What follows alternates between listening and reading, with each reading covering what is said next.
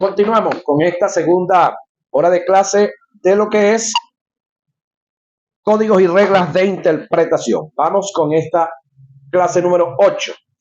Muchos alegan que dicha referencia es a Judas por haberse usado en la oración un artículo determinado en singular, él. El hecho de que en la oración se haya utilizado un artículo determinado en singular para hacer referencia al sujeto no indica que su referencia es a Judas, porque en este caso Jesús se refiere al Sanedrín como un organismo en núcleo, como un cuerpo o una institución. Esto también se puede demostrar utilizando la regla de interpretación de los pasajes paralelos. En otro pasaje que está el mismo asunto, podemos demostrar que quien entregó a Jesús a Pilato fue el Sanedrín, mientras que fue Judas quien entregó a Jesús al Sanedrín, según el análisis que hemos hecho al pasaje presentado, tomando en cuenta las reglas de interpretación del sujeto. Pudimos descubrir en la oración quién es el sujeto, que en este caso es el Sanedrín. Veamos a otro ejemplo, analizando otro pasaje bíblico. El ladrón no viene sino para hurtar y para matar y destruir. Yo he venido para que tengan vida y para que la tengan en abundancia. En primera etapa aquí la vida es vida eterna y en segundo son las cosas que se pueden tener en abundancia. Muchos han alegado en forma arbitraria que en la oración Jesús se está refiriendo es al diablo. Cuando hacemos un análisis tomando en cuenta las reglas del contexto, buscando el sujeto en la oración, nos podemos percatar que Jesús está haciendo referencia es al Sanedrín nuevamente. Para descubrir el sujeto en la oración presentada, debemos de antecedernos hasta el capítulo 9, ya que todo el discurso que Jesús presentó, donde hizo mención del ladrón, se dio por causa de que Jesús sana a un ciego de nacimiento. El capítulo 10 es una secuencia de lo que se viene tratando en el capítulo 9. Analicemos el capítulo 10. Oiga, de cierto os digo, redundancia en afirmación, el que no entra por la puerta en el redil de las ovejas, sino que sube por otra parte, ese es el ladrón y salteador. Mas el que entra por la puerta, el pastor de las ovejas es. A este abre el portero y las ovejas oyen su voz. Y a sus ovejas llama por nombre y las saca. Y cuando ha sacado fuera todas las propias, va delante de ella. Y las ovejas le siguen, porque conocen su voz, mas al extraño no seguirán, sino huirán de él, porque no conocen la voz de los extraños. Esta alegoría les dijo Jesús, pero ellos no entendieron qué era lo que le decía. Volvió pues Jesús a decirles, de cierto os digo, yo soy la puerta de las ovejas. Todos los que antes de mí vinieron, ladrones son y salteadores, pero no le oyeron las ovejas. Yo soy la puerta, y el que por mí entrare será salvo, y entrará y saldrá y hallará pastos. El ladrón no vino sino para hurtar y matar y destruir. Yo he venido para que tengan vida y para que la tengan en abundancia. Yo soy el buen pastor. El buen pastor su vida da por las ovejas. Mas el asalariado y que no es el pastor, de quien no son propia las ovejas, ve venir el ladrón y deja su oveja y huye, y el lobo arrebata las ovejas y las dispersa. Así que el asalariado huye porque es asalariado y no le importan las ovejas. Yo soy el buen pastor y conozco mis ovejas y las mías me conocen, así como el Padre me envió y yo conozco al Padre y pongo mi vida por las ovejas. Juan 10, 1 al 15. En conclusión a las reglas del sujeto, todas las oraciones o eventos que se narran en las escrituras como fundamento tienen dos partes esenciales que son el sujeto y el predicado. En nuestro trabajo como estudiosos de las escrituras, conseguirlos ambos en la oración escrita. Reitero acá esta parte. En conclusión a las reglas del sujeto, todas las oraciones o eventos que se narran en las escrituras como fundamento tienen dos partes esenciales que son el sujeto y el predicado. Oiga, es nuestro trabajo como estudiosos de las escrituras conseguir a ambos en la oración. Regla de interpretación de la comunicación. La comunicación es la actividad consciente de intercambiar información entre dos o más participantes con el fin de transmitir o recibir significados a través de un sistema compartido de signos y normas semánticas en un sentido general. La comunicación es la unión y el contacto con otros seres y se puede definir como el proceso mediante el cual se transmite una información de un punto a otro. La comunicación viene siendo el desarrollo que se da, bien sea en dichos o en hechos, es expresión o en expresión o escrito. En cuanto al estudiante de las escrituras, su trabajo es captar el pensamiento del que emite la comunicación. ¿Qué es lo que quiere decir? ¿Por qué lo dice? ¿A quién se lo dice? Para tal efecto se debe tomar en cuenta algunos factores que son determinantes. Primero, se debe estar presente en el comienzo de la disertación para captar el contenido de lo que se quiere transmitir. Si el discurso es oral, en gestos o escritos entre otros. A este factor se le conoce como el acto locutivo de ser escrito, que es el caso del estudiante de las escrituras. Se debe se debe comenzar su análisis desde el comienzo del contenido escrito. De no ser así, se pierde la hilación del pensamiento del emisor. Voy a dar un ejemplo. Por tanto, nosotros también teniendo en derredor nuestro tan grandes nubes de testigos, despojémonos de todo peso y del pecado que nos asedia y corramos con paciencia la carrera que tenemos por delante. ¿Eso está dónde? Hebreo 12:1. Pregunta: ¿quiénes son la gran nube de testigos de la que hace mención el pasaje? Por año a mí me enseñaron que los testigos que nosotros teníamos alrededor eran los inconversos, y otros predicadores decían que la nube de testigos que teníamos alrededor eran los ángeles. Ahora, ¿será que es cierto que son los inconversos la nube de testigos que tenemos alrededor o los ángeles? ¿Cómo hacemos para saberlo? Estudiando, ¿verdad? Estudiando.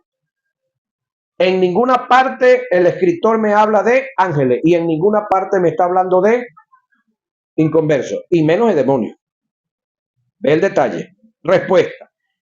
De la única manera de tener respuesta acertada a la verdad de esta pregunta es que comencemos a analizar el pensamiento del que escribe, que dicho pensamiento tiene su comienzo en el capítulo 11,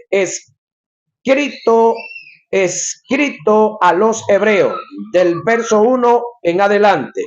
Si analizamos dicho capítulo en su desarrollo de una lista, da una lista de personajes que vivieron y desarrollaron su vida en fe en una palabra que Dios les dio. El que escribe a los hebreos en el capítulo 12 los visualiza en un gran estadio, corriendo una carrera que otros la corrieron por fe y que están en las gradas dándoles ánimo para que emprendan sin desmayar la carrera de la fe, siendo la meta Jesucristo mismo, según lo que hemos analizado, las grandes nubes de testigos y la que hace mención el capítulo, a la que hace mención el capítulo 12, son los personajes nombrados en el capítulo 11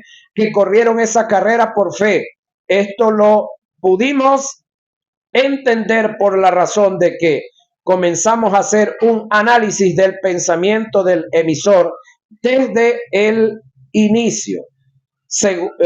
Segundo, se debe hacer una separación del emisor y el cronista. Ya esto lo analizamos. Tercero, se debe descubrir en el discurso el receptor.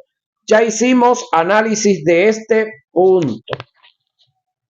Cuarto, si hay un término en la lectura que no es de nuestro entendimiento, se debe detener la lectura y buscar la etimología o el significado de dicho término, ya que de él puede depender el desarrollo de la oración. Es aquí donde se debe aplicar la regla de interpretación denominada como la etimología de los términos, que es el origen o procedencia de las palabras que explican su significado y su forma.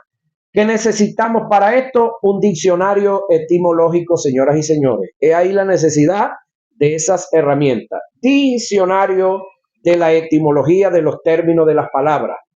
Quinto, se debe tomar en cuenta la causa de la comunicación y por qué se dijo el por qué se dijo. Más adelante trataremos ese asunto. Regla de interpretación, la causa de la comunicación. Esta regla nos permite captar el por qué se dijo las cosas y de esta forma entender si el contenido del mensaje es circunstancial o trascendental o universal. A este factor se conoce como el acto elocutivo. Es de suma importancia tomar en cuenta esta regla en el análisis de las escrituras para evitar de estar exponiendo o en su defecto imponiendo doctrinas que no tienen relación ni son aplicables ni adaptables a la iglesia. Por cuanto no es para la iglesia, daremos algunos ejemplos. En la primera carta que el apóstol Pablo escribe a los Corintios, presenta un mandamiento que al analizar las causas del pensamiento, podemos notar que fue dado por una circunstancia única que se presentó en esa región y que al cumplir con dicho mandamiento se aportaría en beneficio al testimonio interno de la iglesia. El apóstol Pablo manda por escrito a que las mujeres que eran creyentes en la iglesia que estaba situada en Corintio, una ciudad portuaria, deberían usar velo. Pero vamos a ver cuál es la razón por la que se dijo esto. Tomando en cuenta el contexto histórico y según nuestros historiadores, la ciudad de Corintio tenía un templo dedicado a la diosa Afrodita o Diana o diosa de la fertilidad, también le llaman, denominada la diosa del amor, pero del amor erótico, de la fornicación, por las prácticas de la prostitución en su ritual. Habían un miembro viril de madera donde estas prostitutas hacían sus orgías en el culto, dedicado, a Afrodita. Las mujeres que servían, y asistían a estos rituales, esto eran puras mujeres, aquí no se congregaban hombres, se distinguían por tener su cabeza rapada. En la cultura entre los cronistas y en la cultura entre los corintios, una mujer con la cabeza rapada era considerada y declarada prostituta. Muchas de estas mujeres fueron conocedoras del mensaje del evangelio y empezaron a congregarse y a desarrollar su vida en la comunidad cristiana que estaba en la ciudad de Corinto. El apóstol Pablo, para evitar consecuencias entre la comunidad cristiana situada en Corintio a causa de estas mujeres que tenían el cabello corto, le mandó a cubrirse la cabeza con velo. Oiga, hasta que el cabello les creciera. El apóstol Pablo afirma que el cabello en una mujer ocupa el lugar del velo. Quiero que vayan rapidito con la Biblia que tienen por ahí a la mano a Primera a Corintios capítulo 11 verso 14 para que lo discutamos un ratito. Ahora, por el contrario, a la mujer dejarse crecer el cabello le era honroso, porque en lugar del velo le es dado el cabello. Eso es Primera Corintios 11:15, pero el que quiero que me lean allá es el 14. Y déjenme ampliar un poquito más sobre esto, porque sé que aquí esto va a hacer ruido. La naturaleza misma no se enseña. El varón es deshonroso dejarse crecer el cabello. Aguánteme ahí. La naturaleza. ¿Cuál naturaleza? Estamos hablando de los árboles, estamos hablando de los animales, estamos hablando del sol, estamos hablando de las nubes. ¿Qué naturaleza? ¿Cuál naturaleza? Hay que buscarla, ¿verdad, hermano? Para los judíos, dejarse crecer el cabello, no, para los judíos. Acuérdense que aquí estamos hablando con una iglesia gentil. Para los judíos, dejarse crecer el cabello es honroso, es natural. Hombres y mujeres. Barba y cabello largo. Ajá. Entonces, llegó el que estábamos esperando. Escúcheme, Catire, que quiero que usted me preste atención aquí, serio, de esto que voy a hablar. Escúcheme con seriedad para que no me malinterpreten esto. Escúcheme. Para la cultura judía, dejarse crecer el cabello en el tiempo de Jesús, eso era honroso, eso era normal. Usted ve a todos los judíos con su cabello largo. Pero para esta cultura, ¿de qué cultura estamos hablando? ¿De qué cultura estamos hablando? Gentil. Corintio. Para ellos, culturalmente, dejarse crecer el cabello a los hombres le era deshonroso. Cortárselo era honroso. Para ellos, dejarse crecer el cabello en la mujer les era honroso. Y cortárselo era deshonroso. Entonces, óigame esto. Hay un grupo de mujeres que se congregaban en el templo de la diosa Diana, donde todas tenían el cabello corto o la cabeza rapada, porque como ellas no se sujetaban a hombre alguno, ellas eran prostitutas. Es decir, se lo pongo de otra forma, la prostitución fue elevada a un nivel de religión, tanto así que tenían un templo para ellas solas. En el altar había un miembro de madera, un pene, donde ellas hacían sus orgías, donde hacían actividades hasta el extremo, donde hablaban en lengua, danzaban, pero no en el Espíritu Santo, ¿no? Eso se llama histeria. Puede ser una sola persona histérica, pero hay histeria colectiva, en grupo. En este caso, por supuesto, ahí se colaba el diablo también, porque es que el Espíritu Santo no estaba ahí. Ok, un grupo de estas mujeres oyen el mensaje de Cristo y se convierten al Evangelio y comienzan a congregarse en las casas, en los lugares donde se congregaba la iglesia. Cuando estas mujeres, Jonathan, van por la calle rumbo a su casa, comienzan los hombres a molestarla. ¿Por qué las molestan? Porque van con el cabello corto, algunas todavía con la cabeza rapada. Apolo, que es el que está pastoreando, se cree, le escribe a Pablo y le pide consejo. ¿Y Pablo le manda qué? A ponerse velo o cubridor hasta que el cabello, porque en lugar del velo tendrían el cabello cuando les creciera. La pregunta es, Jonathan Colmenares, aquí quiero que seamos serios los dos. ¿En qué lugar tenían problemas las mujeres que tenían el cabello corto? ¿En la iglesia o en la calle?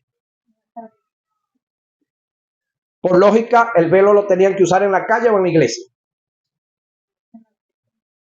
Suéltelo. ¿A dónde nos mandaron a usar los velos a nuestras mujeres, Jonathan? Pero los corintios lo usaban era en la calle, no en la iglesia. ¿Vio el enredo que tenemos? Por no estudiar. Por leer la Biblia, como les dije, hiperliteral, leerla y arremangarla así. No hacer un análisis, el por qué se dio esto, el por qué aquello.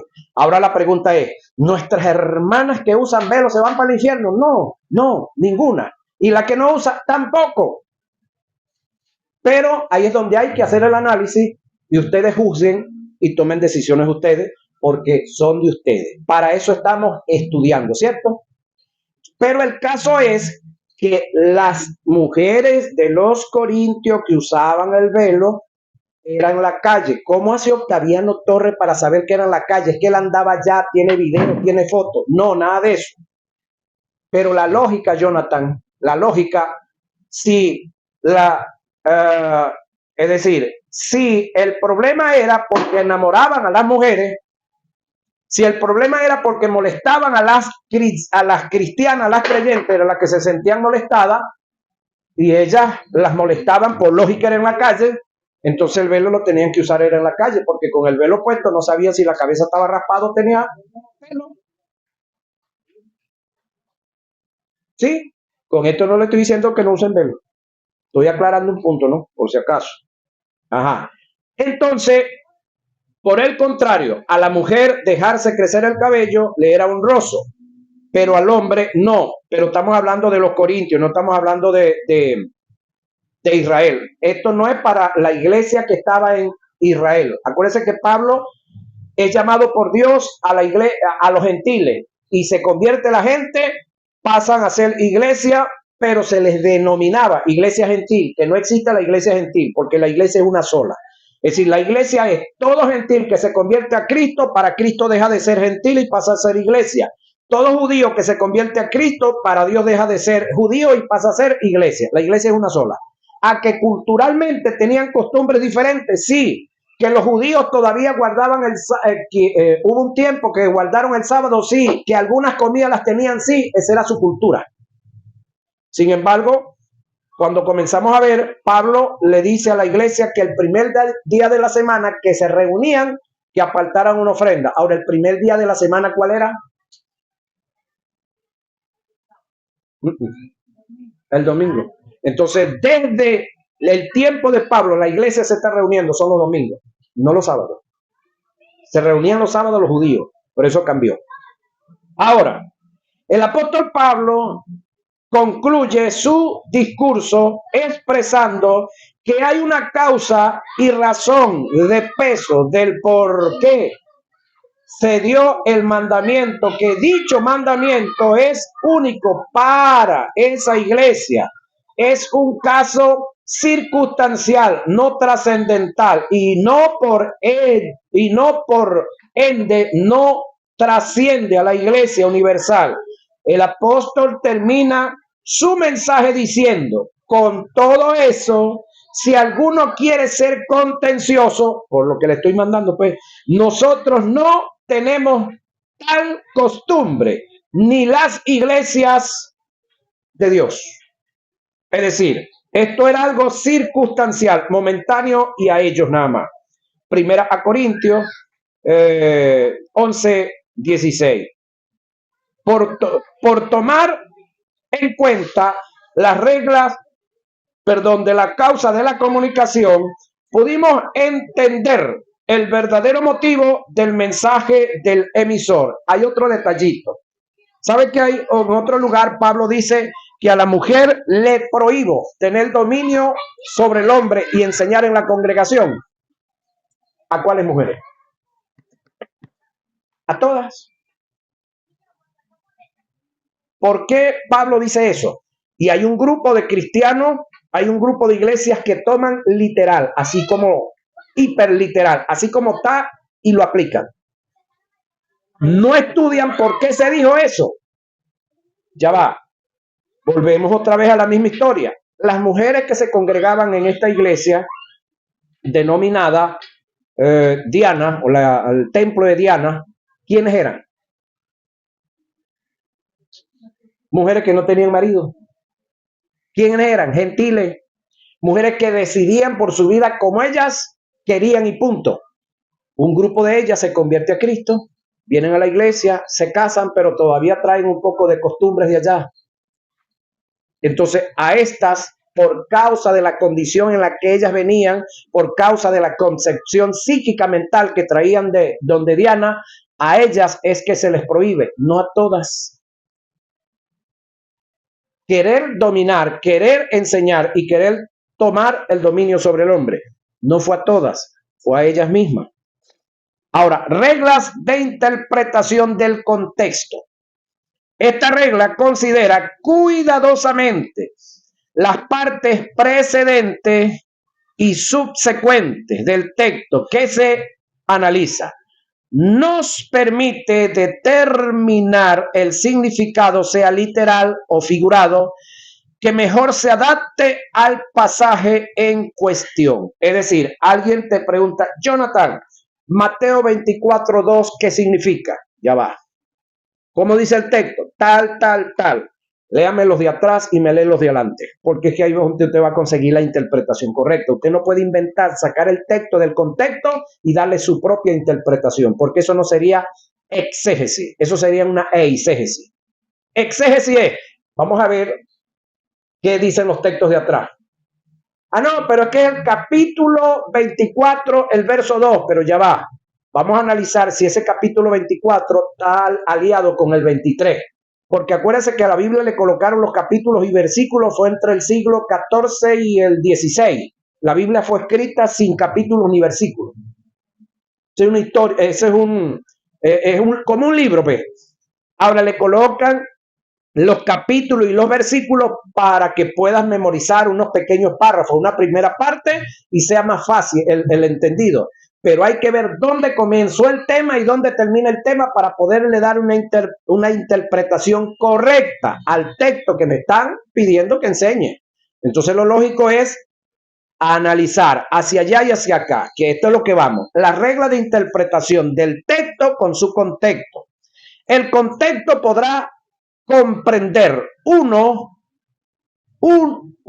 solo o unos pocos versículos, capítulos, entre otros, o libros completos. Esta regla nos permite examinar todo el pasaje con mucho cuidado y atención. Cuando se saca un texto de su contexto, se tiene una idea que no es la que se debe tener.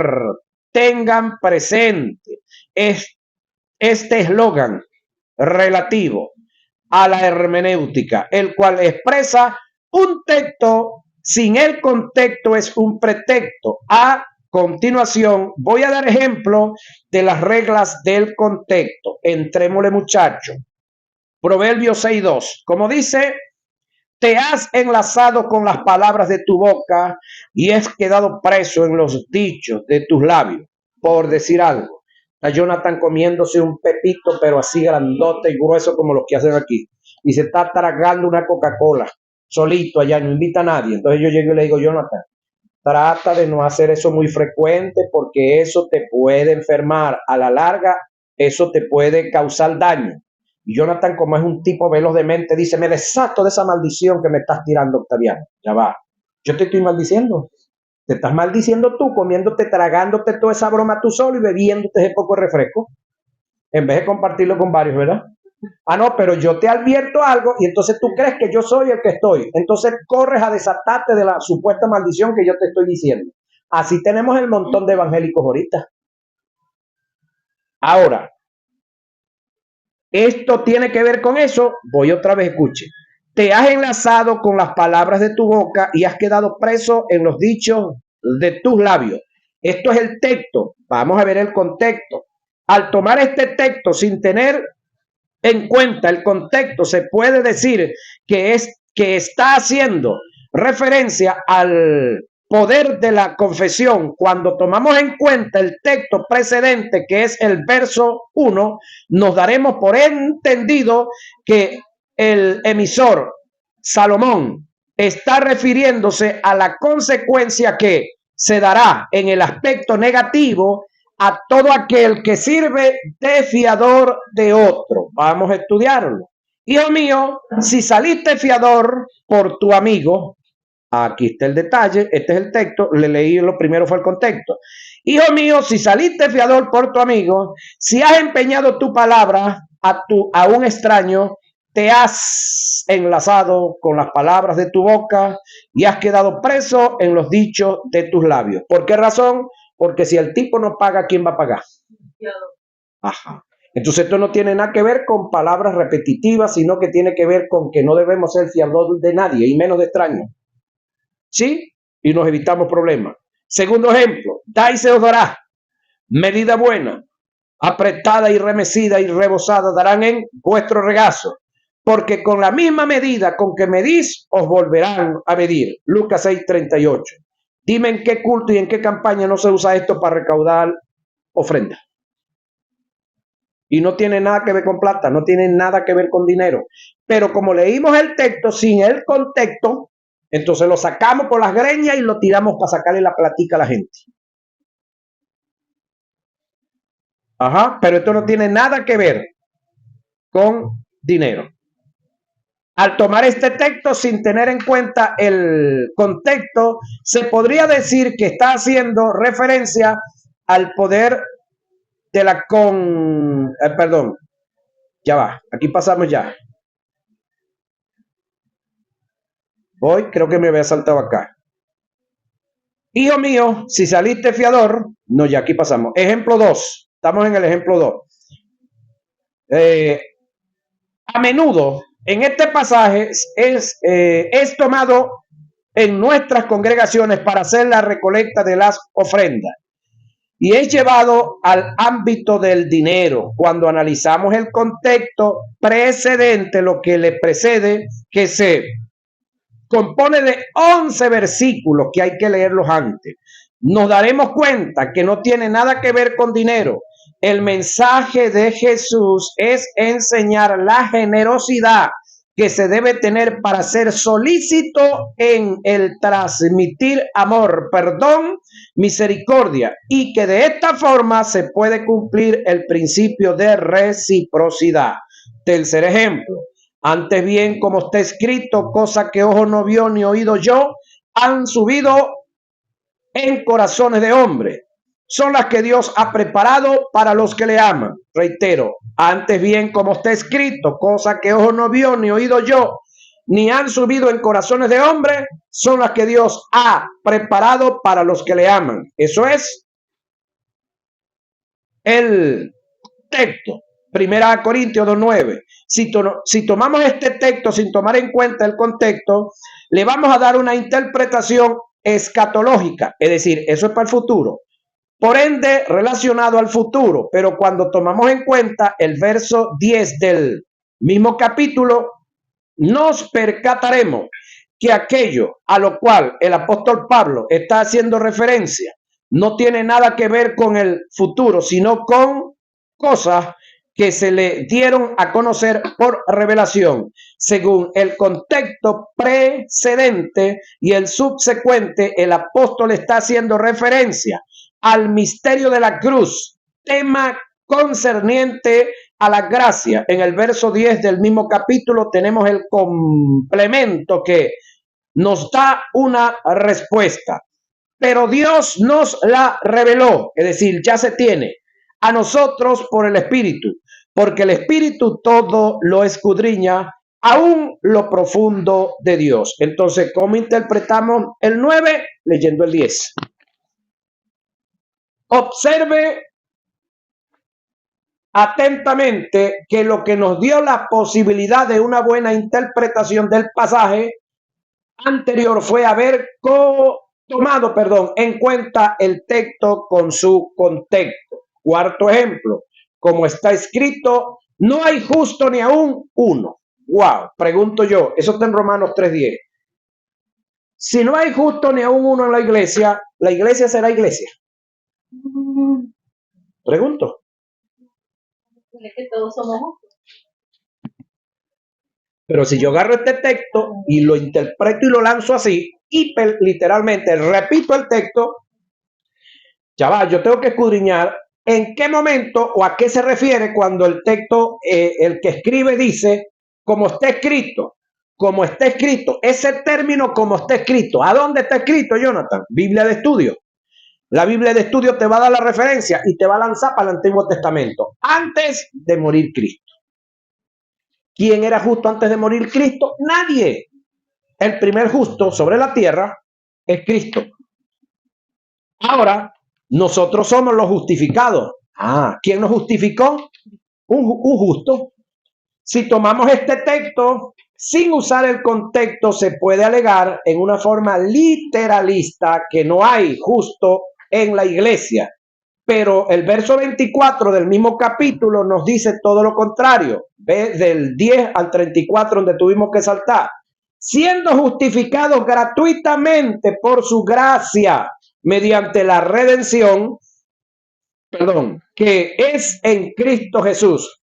Podemos aprender a través de esta regla de interpretación el texto con su contexto, que el apóstol Pablo en el verso 10 está expresando la condición del hombre antes de la cruz, pero en el verso 24 presenta la condición del hombre después de la cruz.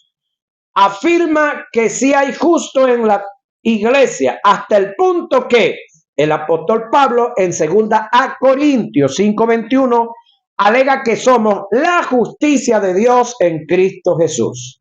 Al que no conoció pecado, ¿quién es ese? Cristo. Por nosotros lo hizo pecado, para que nosotros fuésemos hechos justicia de Dios. Quinto ejemplo, si en esta vida solamente esperamos en Cristo, somos los más dignos de conmiseración de todos los hombres. Es decir, si nosotros como seres humanos, como personas, solamente esperamos en Cristo, según 1 Corintios 15:9, somos la gente más digna de conmiseración. Si nos quedamos hasta ahí, wow, damos lástima. Ya va, vamos a ver. Sigamos leyendo. Si leemos este texto fuera de su contexto, el apóstol Pablo afirma que nosotros quienes esperamos en Cristo somos la gente más miserable del mundo y dignos de lástima. Pero al tomar en cuenta el contexto, podrás entender que el apóstol está afirmando en el caso de que Jesús no haya resucitado, obtendríamos una posición de lástima y conmiseración. Analicemos el contexto. Mas ahora Cristo ha resucitado de los muertos. Primicia de los que durmieron es hecho. Mas ahora Cristo ha resucitado de entre los muertos. Primicia de los que durmieron. ¿Qué es primicia? Primero, ¿por qué Cristo es el primero de los resucitados? Y la gente que antes de Cristo, en el caso de el hijo de la viuda de Naín, la hija de Jairo, Lázaro, ¿qué pasó con ellos? Ellos resucitaron. Cristo, el texto me dice que Cristo es la primicia, es el primero. ¿Qué pasó con ellos entonces? Hay que analizarlo, ¿verdad? En ellos se dio una resucitación. ¿Cuál es la diferencia entre una resucitación y una resurrección? La resucitación es alguien que estuvo muerto, volvió a la vida para volver a morir. Pero el resucitado, que es el caso de Cristo, es alguien que estuvo muerto, volvió a la vida para no morir jamás. Cristo es la primicia. ¿Quiénes serán los segundos? La iglesia que ya ha dormido, los que ya se nos adelantaron. En el caso de nosotros, no tenemos promesa, para nosotros está el ser transformados, ¿sí? Pero si nos toca que físicamente morir, pues entramos en esa promesa que nosotros vamos en el segundo lugar de los que volveremos a la vida para no morir jamás. Por eso Cristo es la primicia. Ahora mira esto. Todas las religiones del mundo que tienen líderes y que los líderes inventaron y cuadraron, hicieron programas, escribieron y cuestiones por ahí, todos ellos sí están en el texto que Pablo dice, dignos de conmiseración. ¿Por qué? Porque Mahoma se murió y está muerto. Confucio se murió y está muerto. ¿Cuál es el otro? Todos esos líderes de todas las religiones se murieron y están muertos. ¿Cristo murió? Sí, pero el tercer día resucitó. Glorioso, ¿no? Ahora, sigamos avanzando acá. Sexto ejemplo, y vamos cerrando. Más ahora Cristo, ya acá, sexto ejemplo.